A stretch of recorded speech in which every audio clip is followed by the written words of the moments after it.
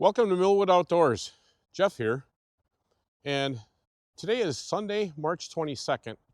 It's exactly 1 week after Blizzard Elsa.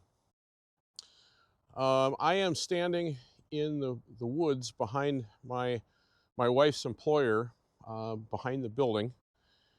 According to the Weather Service, they received 26 inches of snow here, and you could see there's quite a bit less. So there's a lot of snow that's melted over the last week. This is the same place, like this is right where me and my son were gathering wood in video number 7, taking some ash firewood from downed trees that was in this woods. Prior to the blizzard, on that Friday before the blizzard started, it was windy around here in this part of Wisconsin. And they had sustained winds in the 30s here with gusts up to 50 miles an hour. And I'm going to kind of pan around here and on some different camera shots and show you what's going on. But the best I can describe this is a mess back here. There is a bunch of downed trees now from this last windstorm. So, and it's funny because I don't remember which direction the winds were coming out of. I'd have to look back at the weather data again, but the trees seem to have fallen in every direction but towards the building, which I guess is a good thing. So north, northwest, southwest, east, they've fallen in all different directions. There's a tree right here behind me. This is where we were running the garden tractor back and forth last spring when we were getting some wood out of here. So this tree is down. It's the root is way over there. Most of these trees are uprooted, instead of just snapping off.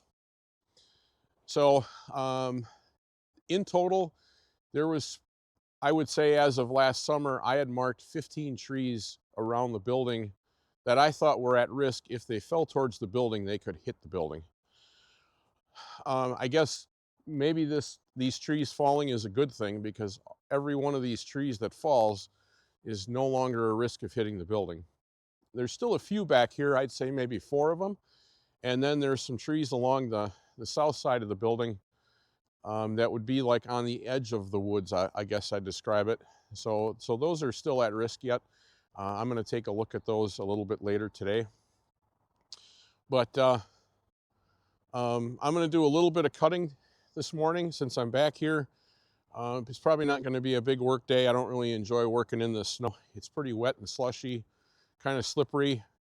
I've already dropped some camera equipment in the snow, so I'm not, so that's kind of a pain. But yeah, so I'm gonna do some cutting, and we'll be back here more times this summer. I was kind of just walking around looking, trying to figure out what I'm gonna do here. This part of the tree here that runs along behind me and up on top, I'm not quite sure what I'm gonna do with that. If anybody's got any suggestions, you can let me know. I think I may just take my pruning saw and just try and trim it down from up there if I can, or maybe I'll have to use the ladder. So why don't you stick around? I'm going to do some cutting, and we'll talk to you in a bit.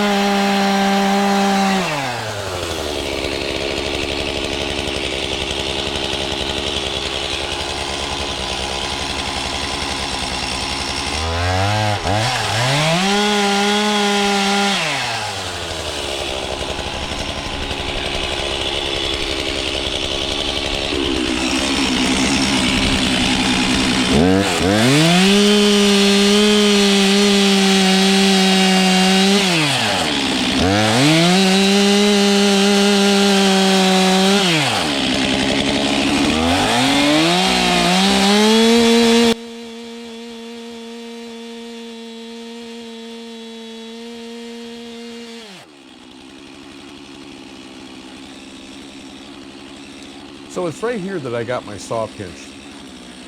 So I cut, I cut on top and then moved to cutting underneath because the log is under tension, and so I'm cutting underneath so I don't get it pinched. But what I didn't account for is the way that tree is laying in between some trees when it fell. So as I'm cutting, it didn't just go down, it actually moved away from me. And so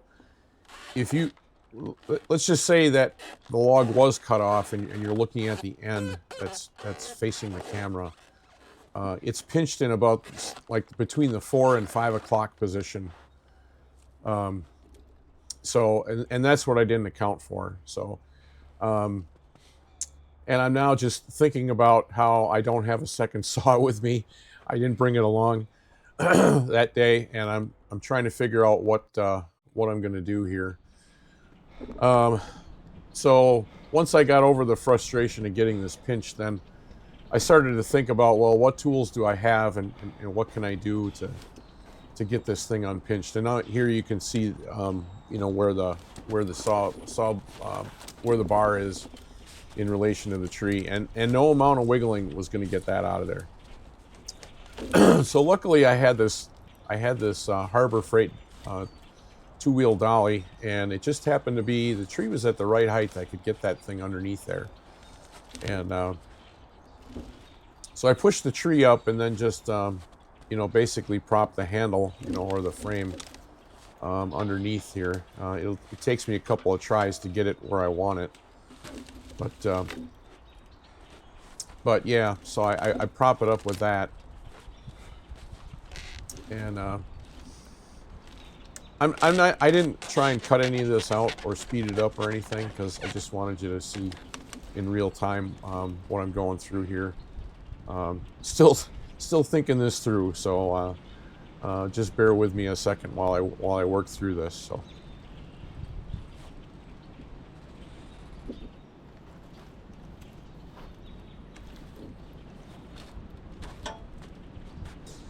Yeah, so there I got the handle underneath it, and so it's balancing on that two-wheel dolly. And then I've got some wedges in my pocket, some felling wedges, and so I'm going to put that to good use here. Just bear with me for a second here.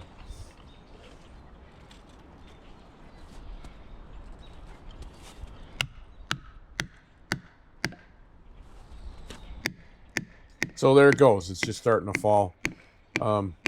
Yeah, I was kind of freaked out when this thing got pinched because I wasn't sure what I was going to do, and in the end, it really didn't seem all that bad in the end. But luckily, I had all the equipment here to be able to get the job done. If I wouldn't have had that dolly, I don't think this would have went so well. So, but yeah, so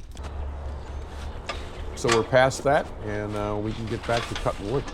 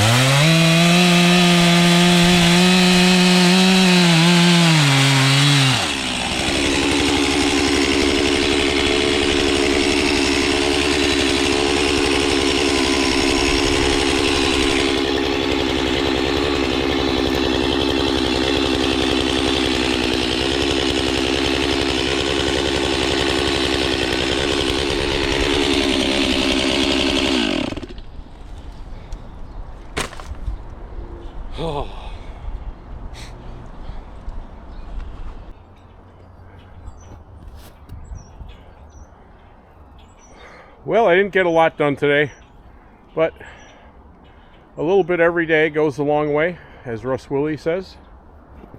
So these two logs that were in the way this morning, I got those cut up, and this one overhead is going to take a little more thought. I've got a DeWalt pole saw. I think I might bring it back and see if I can get that pinched in that log too, just like I got the MS362 pinched this morning. So thanks for sticking around, thanks for watching, and spend some time outdoors.